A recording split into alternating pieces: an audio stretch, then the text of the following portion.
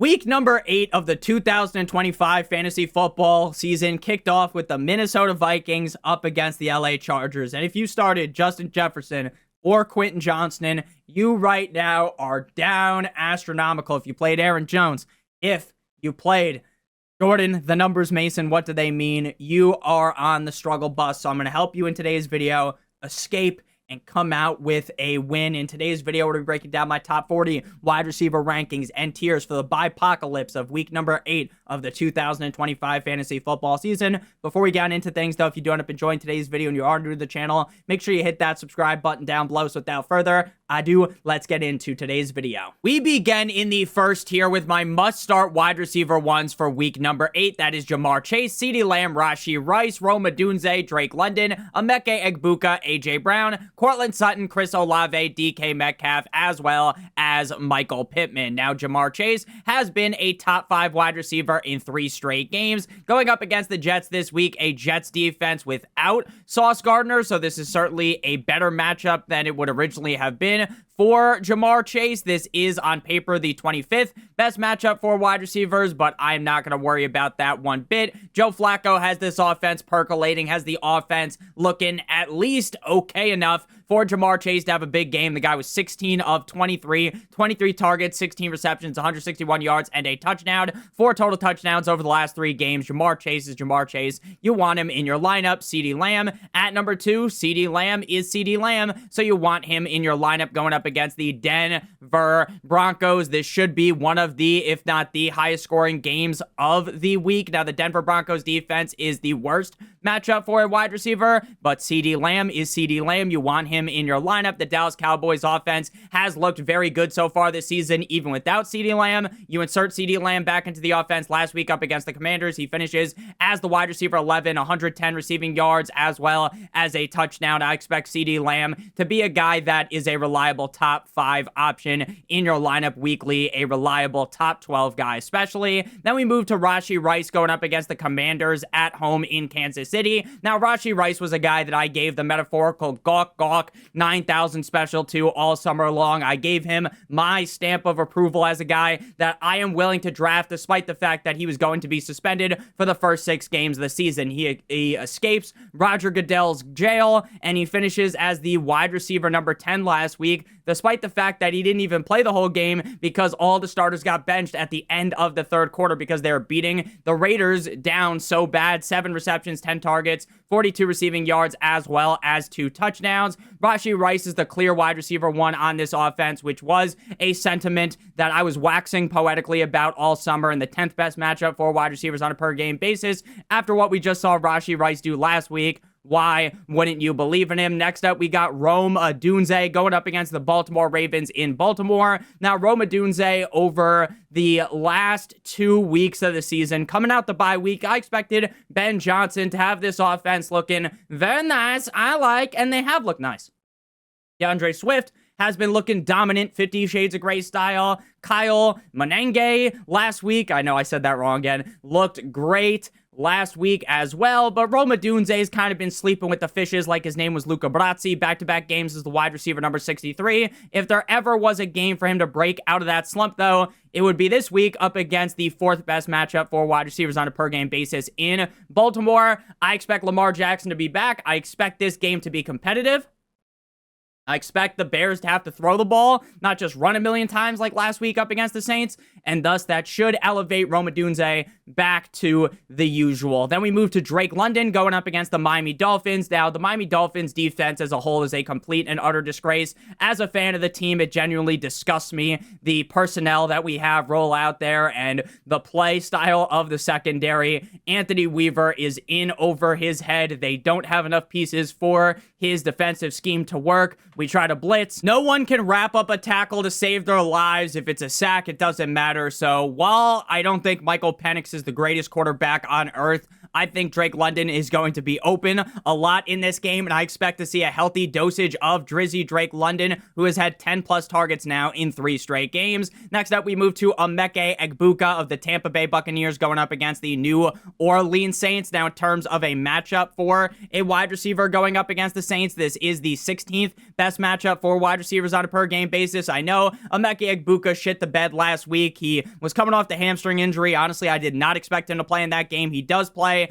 and he plays just about all right. The Tampa Bay Buccaneers offense as a whole was very dysfunctional. Baker Mayfield was not on his P's and Q's in that game, but ultimately, based on the repertoire that Emeka Egbuka has had this season, based upon the solid amount of games that he's put up this year, after one down game, 1 week after a serious hamstring injury that he magically was able to come back from, and in a game where Baker didn't look the best, I expect the offense to run a lot more smoothly this week and Emeka Egbuka to bounce back. All right, edit. I am editing the video right now, and I previously thought there was a chance that AJ Brown would be in, so I included him in the video because I didn't want to be like, oh, he's guaranteed to be out, and then he's in, and then I sound like an idiot for not talking about him. So right here is where I would put Devontae Smith now as my wide receiver number 8 for the week, technically wide receiver 7 for this video because I had Justin Jefferson inside of the top 10. I am going to be talking about Devontae Smith a little bit later, but if you're sitting there wondering why AJ Brown is on the graphic and why we didn't end up talking about him, it is because he is out this week with the hamstring injury. Then we move to Courtland Sutton of the Denver Broncos going up against the Dallas Cowboys. Going up against the Dallas Cowboys is Red Panty Night. Shout out to Conor McGregor. It is the kind of a matchup that will have you salivating just thinking about it. The Dallas Cowboys defense is an absolute fucking joke.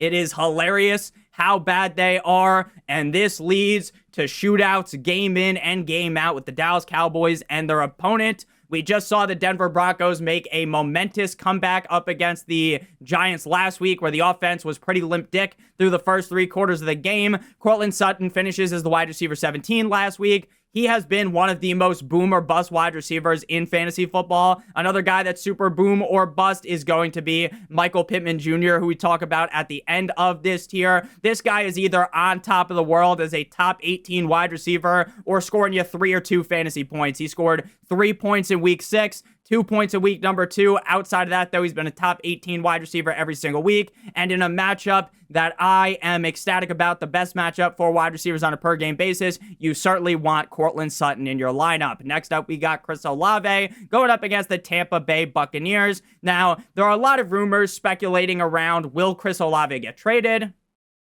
Should the Saints trade him? I think they should. We will see what ends up happening there. He is off the injury report for Sunday, looking good to go with the ankle injury. Facing up against the Buccaneers, they're going to be down in this game. You already know, I understand that the Buccaneers offense was straight up trash up against the Detroit Lions, but I do expect them to look a lot better here up against the Saints. This is the 21st best matchup for wide receivers on a per game basis, but Chris Olave could see 15 targets in this game. It wouldn't surprise me at all. Back-to-back games inside of the top 18. Last week was his best game of the season as the wide receiver number 5. His upside is definitely slightly limited by the offense as a whole, the play of Spencer Rattler, but we just saw him finish as a top 5 wide receiver, so maybe the ceiling's a little bit higher than I previously believed. Then we got DK Metcalf going up against the Green Bay Packers, the Aaron Rodgers revenge game. Last week, we ended up seeing DK Metcalf shit the bed in prime time up against the Cincinnati Bengals in a matchup where I thought for sure DK Metcalf would find the end zone. Prior to last week, he had 4 straight weeks in a row with scoring a touchdown. He was the wide receiver 10 in week 6. Then they had a bye week, wide receiver 7 in week number 4. Everything was lining up for a humongous big game out of DK Metcalf, and obviously that doesn't go his way.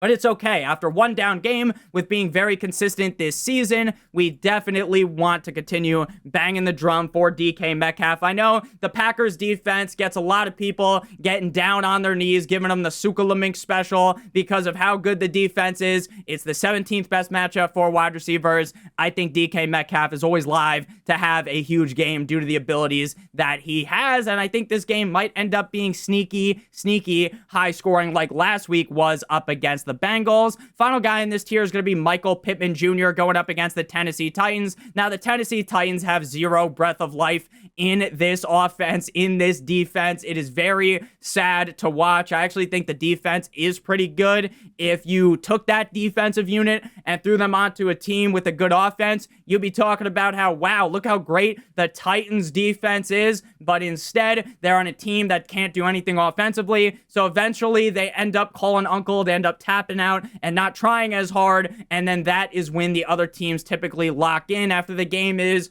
already out of hand. Because basically, if you score like 14 points, the game's over. Because that offense for the Tennessee Titans is very, very bad. 13th best matchup for wide receivers on a per-game basis. Again, Michael Pittman Jr., one of the most boom or bust wide receivers this season. I'm going to start off with week 1, and then we're going to go all the way through last week. Wide receiver 8 in PPR. Wide receiver 64. Wide receiver 13, 22, 21, 78, and 14. So he has these big games, and he has these really bad games. But up against the Titans defense, this would be a good indication that it would be one of the better games. Now we move into tier number 2, the must-start high-end wide receiver 2s for week number 8 of the 2025 fantasy football season. If you guys have enjoyed thus far, hit that subscribe button down below if you are new to the channel. Devontae Smith, T. Higgins, George Pickens, Jaylen Waddle, Zay Flowers, as well as Tetero McMillan. Devontae Smith, wide receiver 2 last week. Devontae Smith is exactly what we talk about with AJ Brown. Very hit or miss weekly. Doesn't really feel like a guy you want to have all the eggs in the basket of, right? You don't want to go all in Chauncey Billups style on Devontae Smith. But in a game like this up against the Giants, where we might get a Rock'em Sock'em Robots matchup, where we might see a very high-scoring tit-for-tat back-and-forth affair, where this guy's coming off of a game as the wide receiver 2 up against the cold-like Minnesota Vikings in Minnesota, I am willing to roll the dice this week and rank Devontae Smith as well as AJ Brown very high. If AJ Brown ends up missing, Devontae Smith is going up there into the spot where AJ Brown is at. Now we move to T. Higgins going up against the New York Jumbo Jets. Now, I don't want to sit here and act like last week is going to be the normal for the Cincinnati Bengals, right? The fact that Joe Flacco turned back the clock to his good old days in Baltimore before Lamar Jackson was there in his heyday, and play like that every single week, I think you are smoking fucking crack if you think that. But he was the wide receiver 13 last week. He's had 8 targets in back-to-back weeks with cool Joe Flacco. So if Joe Flacco could just make this offense all right, instead of complete and utter dog doo-doo with Jake Browning under center, then T. Higgins is going to continue to feel more and more reliable. Then we got George Pickens, the Dallas Cowboys, going up against the Denver Broncos in Denver. Again, worst matchup for wide receivers, and it's very funny because it's like a sandwich, right? The Cowboys are the best matchup for wide receivers. The Broncos are the worst matchup. I think we should see Surtain get on George Pickens a bit in this game. George Pickens did have a bit of a slide. He fell and he could not get up, and he needed some life alert. But I do understand that even in his downward spiral game, he still scored 12 PPR points as the wide receiver number 28. Again, I believe this is going to be a very high-scoring back-and-forth game. I understand that having CeeDee Lamb definitely does hurt George Pickens. I'm not going to act like this is the best news ever that CeeDee Lamb is back. If you're a George Pickens owner, of course, it does hurt a little bit. But when push comes to shove, this is going to be one of the highest scoring games of the week. And even up against tough matchups, I think George Pickens has all of the ability to be the wide receiver 1 in any given matchup. Then we move to Jaylen Waddle going up against the Atlanta Falcons, currently listed as questionable. Based on everything that I have read, it seems as though he is going to be good to go with the hamstring injury that did end up occurring last week as we got our backs blown out by the Cleveland Browns. Before we talk about Jaylen Waddle and the rest of the wide receivers in today's video, I would like to give you guys a quick word for our friends, our partner over at Underdog. If you're brand new to Underdog and sign up using promo code Notorious, or by clicking on the link in the video description, you will get a free pick plus a first-time deposit offer of up to $1,000 in bonus funds, as well as if you play $5 in the pick'em, you receive an additional $100 in bonus funds or in bonus entries. How does the pick'em work? It is incredibly simple. You make at least 2 picks on the players, higher or lower If both those picks hit, you get paid. Now, if you do multiple other picks, then the payout will be higher, but they all have to hit. Make sure you guys do check that out. Promo code Notorious, or by clicking on the link in the video description. Now, Jalen Waddle was on a little bit of a mini heater, right? He wasn't fully on fire. It's like when you're playing beer pong, you're playing house rules, and you make a few cups in, you're heating up, you hit that third one in a row, you're on fire, right? Jalen Waddle, he's heating up. He was the wide receiver 8 without Tyreek in week 5. Then the wide receiver 17. Shout out to Ryan Tannehill in week number 6. And then week number 7 up against the Cleveland Browns, it comes crumbling down. Bad weather matchup. Tua can't see over the offensive line. And it's raining. It's pouring. The old man is snoring. It's windy. Bad stuff. The Dolphins did not switch their game plan. I thought we were going to go run heavy. We decided to go pass heavy, and Tua decides to turn the ball over, not once, not twice, but thrice, straight to the face of the defense. Shout out to Tabes. Now, am I worried about Jalen Waddle if Tua continues to look like a steaming pile of dog shit back there? 100%. But after just one down game, after back-to-back top 17 performances without Tyreek Hill, how can we just now sit here and act like Jalen Waddle's a bum? He is still the best wide receiver on this team. He is still one of the better wide receivers in the league, in my opinion. Not going to act like he's like the 5th best receiver in the league or something, but he's one of the better ones. I'd definitely prefer to have him compared to some of the wide receiver ones in the NFL. The matchup here up against the Falcons is rough. Shout out to Clifford, the big red dog. Get it? Rough, rough, haha, like a dog. All right, Falcons, 31st ranked matchup for wide receiver, so I get being a little bit nervous, but I see him getting a healthy dosage of targets to where he can overcome that. Then we got Zay Flowers going up against the Chicago Bears at home in Baltimore in terms of a matchup. This is the 9th best matchup. The only thing holding me back from ranking Zay Flowers higher is the fact that Zay Flowers' quarterback is coming off injury. It seems like Lamar is going to play, but we don't necessarily know for sure just yet. And if he's coming back off the injury, there's also a chance that they're just forcing him back, right? He's missed a few games. The team is down astronomical. The team is fucking straight up ass without Lamar Jackson. So they might just be pushing him back, rushing him back a little bit, and that does worry me. But in such a good matchup, with the amount of upside that's just baked in with Zay Flowers in general, you definitely have to rank him this high, even though I am a little bit scared. Then we got Tedero McMillan going up against the Buffalo Bills. Bryce Young likely out. Andy Dalton, the Red Rifle, likely in. Tedero McMillan, no bueno last week. 3 receptions on 5 targets for 33 yards up against the Jets. Sauce Gardner locked him up and threw away the key. Going up against the Buffalo Bills, though, I do believe that the bounce back is coming for him. My biggest worry here is, for one, this isn't the best matchup. It's the 24th best matchup. For 2 is I don't know how much I trust Andy Dalton. I think Andy Dalton might be a slight upgrade from Bryce Young, might be a downgrade, because we have seen Andy Dalton in the past just turn into a pumpkin and play absolutely terrible, not because he has orange hair, and you can compare that to a pumpkin just because he just goes out there and plays terrible. So there's a lot of factors going into my mind here. But they should be down to the Bills. The Bills have looked bad prior to the bye. They're coming out the bye. I think they come out looking ready. They come out looking like the Bills team that you would have expected coming into this season.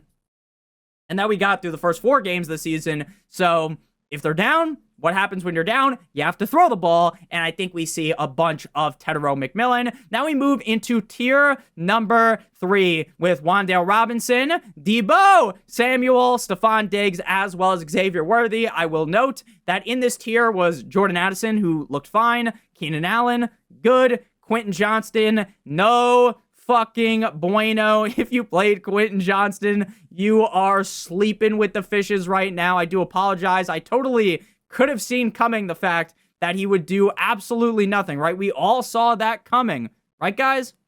We all saw that coming. I mean, Keenan, I guess, wasn't that good of a day. He had 8 fantasy points, but compared to Quentin Johnston, you're eating good if you had Keenan Allen, because QJ had a grand total of, drum roll please, 0 fantasy points up against the Vikings. Tough sledding. Again, I definitely saw that coming, guys. So did you, right? You all knew that was going to come, and you played Quentin Johnston because I told you to, and you knew he was going to have a bad game, but you still played him anyways, right? That's what happened, right? That's how it goes. Wan'Dale Robinson, Mr. 305, Mr. Worldwide, going up against the Philadelphia Eagles in Philadelphia. Dale, the 305. Wandale has Darius Slayton back, seemingly. That does kind of hurt a little bit, but Wandale should still be the number one option on this team. Jackson Dart clearly trusts him. Last time out up against the Eagles, fireworks. Katy Perry style. Fireworks coming out the tatas. If you've never seen the movie of last Friday night. Is that the song? With the fireworks in it? I don't know. Never mind. The music video. MTV. All right. Wan'Dale Robinson, great game up against the Eagles. Wide receiver 9 follows it up as the wide receiver 21. Can you do something for me? I definitely think that the Giants are going to lose this game. I think that the offense might not be able to play as well as they did the first time with that boom, boom, firepower in week number 6, but it's the 12th best matchup for a wide receiver, so I still feel very comfortable with Wandale, given how well Jackson Dart has played. Then we got Deebo Samuel, who is going to be playing in this game up against the Chiefs. Deebo did end up missing last week, which obviously sucked because of the matchup. It was up against the Dallas Cowboys, and again, like we've talked about, anytime you get to play up against the Dallas Cowboys, it's like you write home to your wife and you tell her just how great of a day it's going to be. Free money, like the fucking middle of the bingo board where you always get the free marker. That's what it's like going up against the Cowboys. Deebo has been the wide receiver 1 on this team all year. Terry McLaurin will be back as well, but Terry McLaurin has really been on the struggle bus. Matchup on paper, very, very bad. 29th best matchup for wide receivers. Losing Jaden Daniels, very, very, very, very bad. But Deebo's gotten it done with Mariota this season, so I do expect a solid showing out of him. Then we move to Stephon Diggs. Now, Stephon Diggs is very confusing this season because on paper, he is the clear wide receiver 1 on the New England Patriots. I don't even think it's up for debate. But when you actually watch the games, sometimes he kind of fades away like a shot from Michael Jordan, like in week 6, where, the prior 2 weeks he's the wide receiver 18, the wide receiver 4, and then he's the wide receiver 55 with just 3 targets. And then last week up against the Titans, he gets 7 targets again. It's very complicated because on paper, he should be a guy that is getting force-fed the ball, but he just isn't. The Cleveland Browns defense is pretty solid. They are good at getting pressure. This is a mid-range matchup for wide receivers. So I think Diggs should have a great game, but there's just the factor of who truly is the wide receiver 1. Do they even actually have one? Concerns me enough now to rank him higher. Then we got Xavier Worthy, Professor X, going up against the Washington Commanders. Last week, we end up seeing Rashee Rice return, and Xavier Worthy gets sent down to the basement. Shout out to Ron Stewart. And this week, Rashee Rice is there again. But last week, I think it's important to understand that, sure, Rashee Rice was back, and that hurt Xavier Worthy, but this was also a belt-to-ass performance where they basically pounded the Las Vegas Raiders for 4 straight quarters, even when they put Gardner Minshew into the game for his revenge game up against the Raiders, right? So if Xavier Worthy played the whole game, maybe we get something different. Now, I'm not trying to be hypothetical man, Justin Herbert, the pervert here, but I do think Xavier Worthy would have had a bigger game had he have played the whole game. So this time up against the Commanders, I don't expect everyone, even with Mariota under center, to get benched in the end of the third quarter. So I think Xavier Worthy has a better showing. Now into tier number 4, the high-end wide receiver 3s for week number 8. Romeo E.W., Romeo Dobbs, Khalil, Shakira, Terry McLaurin, Juwan Jennings, Kendrick Bourne, and Matthew Golden Scar, as well as the Tasmanian Devil, Tez Johnson. So Romeo Dobbs has been very involved the last 3 games. 8 targets, 9 targets, and 8 targets. Jordan Love and the Green Bay Packers offense typically don't utilize a true alpha wide receiver 1, so I am a little bit pessimistic to truly crown Romeo Dobbs as the wide receiver 1 in this offense, but again, 3-game sample size at this point would point towards that. We did see that ballistic performance up against the Dallas Cowboys where he scores 3 touchdowns, but again, like we've been saying all video, anytime you get to go up against the Dallas Cowboys defense, you're going to have the fucking game of your life.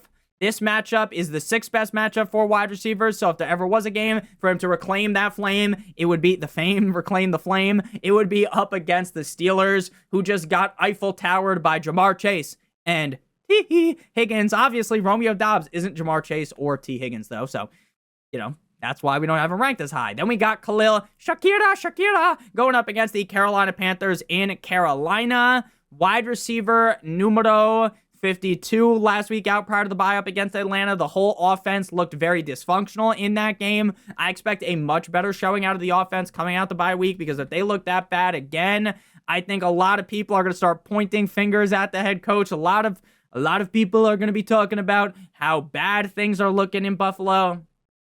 And no, is McDermott really the coach? He has never taken them to a Super Bowl. They've had some paths to it. I don't know. I'm not even speaking about like rumors. I don't think there's any rumors that Sean McDermott's going to get fired, but a lot of Bills fans have been pissed off about him. 30th best matchup for wide receivers, but Shakir's a very safe asset on this team. He should get like 6+ targets in this game, and I think he could score a touchdown up against the Panthers. Again, I think the offense will look much better. I feel pretty good about him. Then we got Terry McLaurin going up against the Kansas City Chiefs. Terry McLaurin has really failed to find his footing in this offense. It's like the fucking floor is just wet, and he keeps slipping all around. In the 3 games he played, he was the wide receiver 72, 47, and 36, so he got better every single week. No Jaden Daniels, though, obviously sucks. Terry McLaurin hasn't been great this season, so how can you feasibly, in a bad matchup, rank him higher than this? Then we got Juwan Jennings as well as Kendrick Bourne. You can truly flip the coin on which one of these guys you want to rank higher. Probably no Ricky Pearsall yet again, as that guy is injury prone according to Twitter. He missed a bunch of games last season, and now he's missing games this season. Don't put into the context the fact that the guy got fucking shot last year. He's just injury prone. He's just injury prone. Juwan Jennings is dealing with a million injuries. His ribs are messed up. His head, shoulders, knees, and toes, everything's messed up on the guy. He had 7 targets last week. The offense didn't look the best outside of Christian McCaffrey, who always looks fucking fantastic. Like his wife. Shout out to Christian McCaffrey's wife. Juwan Jennings does, look fine, though. He got 7 targets last week. I expect a better showing. The Texans, though, are tough. 28th best matchup for wide receivers. So, again, once you kind of get down to this range, like, I like Dobbs, I like Shakir, but there's still risk with those guys. It feels a lot more risky the further and further you get down the hole here. Juwan Jennings was on top of the world from weeks 5 through 6. Last week, the metaphorical hype train got derailed. It crashed, and there was no survivors. Going up, where do you bury the survivors? You ever heard that, like, fucking riddle back in the day? And it's like, they would just ask it to kids. Happened in Boy Scouts. They're like, oh, if this plane crashes going from Mexico to the United States, and they get, the plane goes down in Mexico, where do you bury the survivors? And it has you thinking about all these things. And then no one fucking cares. Nick, no one cares. Okay, sorry about that. Sometimes I go on to, like, tell stories, and I remember we're 30 minutes into a video in week 8. A lot of you guys are dealing with the bipocalypse. A lot of your teams are getting fucking ripped to shreds, and you're just looking for an answer. You're like, Nick, please save me. Nick, please help me. And I'm talking about fucking Boy Scouts. Fucking Boy Scouts. Pause. That's not what I meant. I'm talking about being a Boy Scout. Jesus Christ. Sorry. Kendrick Bourne going up against the Houston Texans. Really great in week 5. Really great in week 6. Terrible last week with just 2 targets. I think things get better, though. Next up, we move to Matthew Golden Scar. Been pretty reliable over the last 4 weeks. I still don't really see the path necessarily towards superstardom at this point to be the clear alpha on this team with Romeo Doubs healthy. But again, the matchup here is ripe for a big game for Matthew Golden. Then we got Tez Johnson going up against the Tampa Bay Buccaneers. On the Buccaneers going up against the Saints. Found pay dirt in back-to-back weeks. 4 receptions on 9 targets for 58 yards and a touchdown. I think this hot streak is going to come to a close whenever Chris Godwin comes back. But at this point, who knows when the fuck Chris Godwin's going to come back, and even if he will actually be back in general. Going up against the Saints defense, I do feel good about him again in a mid-range matchup. So the guy keeps scoring touchdowns. You got to keep ranking him fairly. Now we move to tier number 5, where it's the YOLO range. That's the motto, baby. YOLO wide receiver foes. Wiki, DJ Moore, Troy, it's Franklin, Darnell, here comes the Mooney, Kayshawn Booty, Alec Iomanner, Josh Downs, Jalen Noel, as well as Darius Slayton. DJ Moore hurt his hip and he's cleared to play on Sunday. His hip injury is from fucking our fantasy teams right in the ass, going up against the Baltimore Ravens. Wet dream matchup. What are you going to do about it? You ever seen that clip of, it's Michael Irving, where he's like, I forgot what team he's talking about, but he's like, they say you can't do this. They say you can't do that. What are you going to say about it? And he's like screaming on ESPN. What are you going to do about it, DJ Moore? Are you going to wake up, or are you going to be a baby back bitch like you've been all this season? Figure it out, okay? This is a great matchup. And again, Mr. DJ Moore, I love you. I've been a big fan of DJ Moore ever since he was a Carolina Panther. So, if he's watching this, hopefully he knows I'm a big supporter of his. Now we move to, it's Troy Franklin going up against the Dallas Cowboys. Again, anytime you go up against the Dallas Cowboys, that's the meal ticket. Maybe that's the game that gets you paid. Troy Franklin looked good last week. 3 of 10, which I know isn't the best, but he scored. He found the end zone up against the Giants.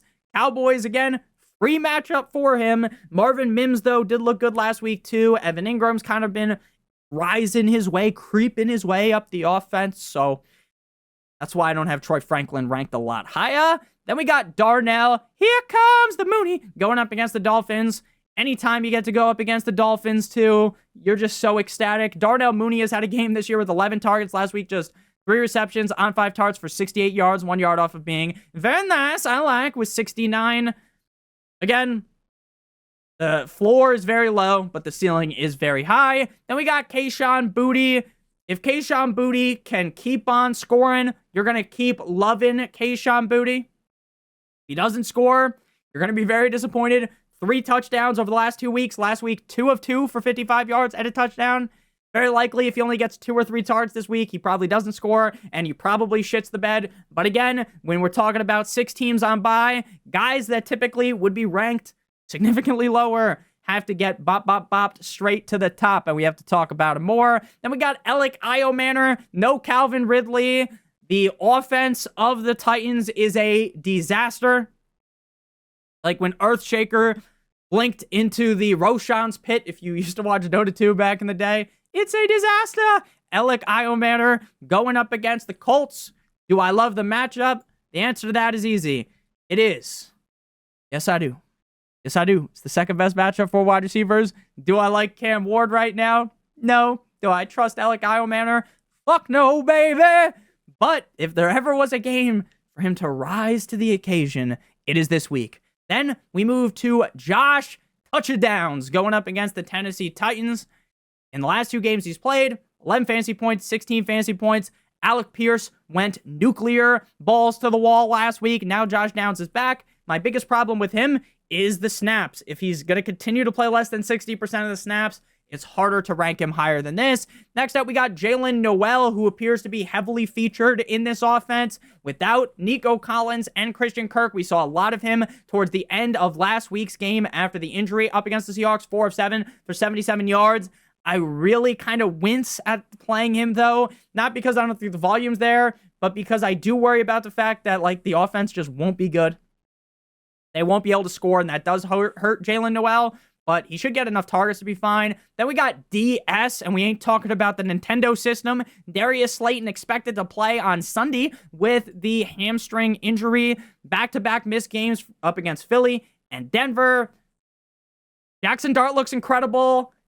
Does that make Darius Slayton actually a guy you want in your lineup? Probably not. But in the bye-apocalypse, a lot of guys on bye, a lot of receivers you want in your lineup. A guy like Darius Slayton is at least worth the shot due to the upside he possesses. Thank you guys all so much for watching. If you ended up enjoying today's video, make sure you hit that subscribe button down below, like what Tom Aspinall is going to do to Surreal Gone on Saturday. Make sure you leave a like on today's video. It would help me out a ton. I love you guys long time. Hope you have a great one. As always, good boy!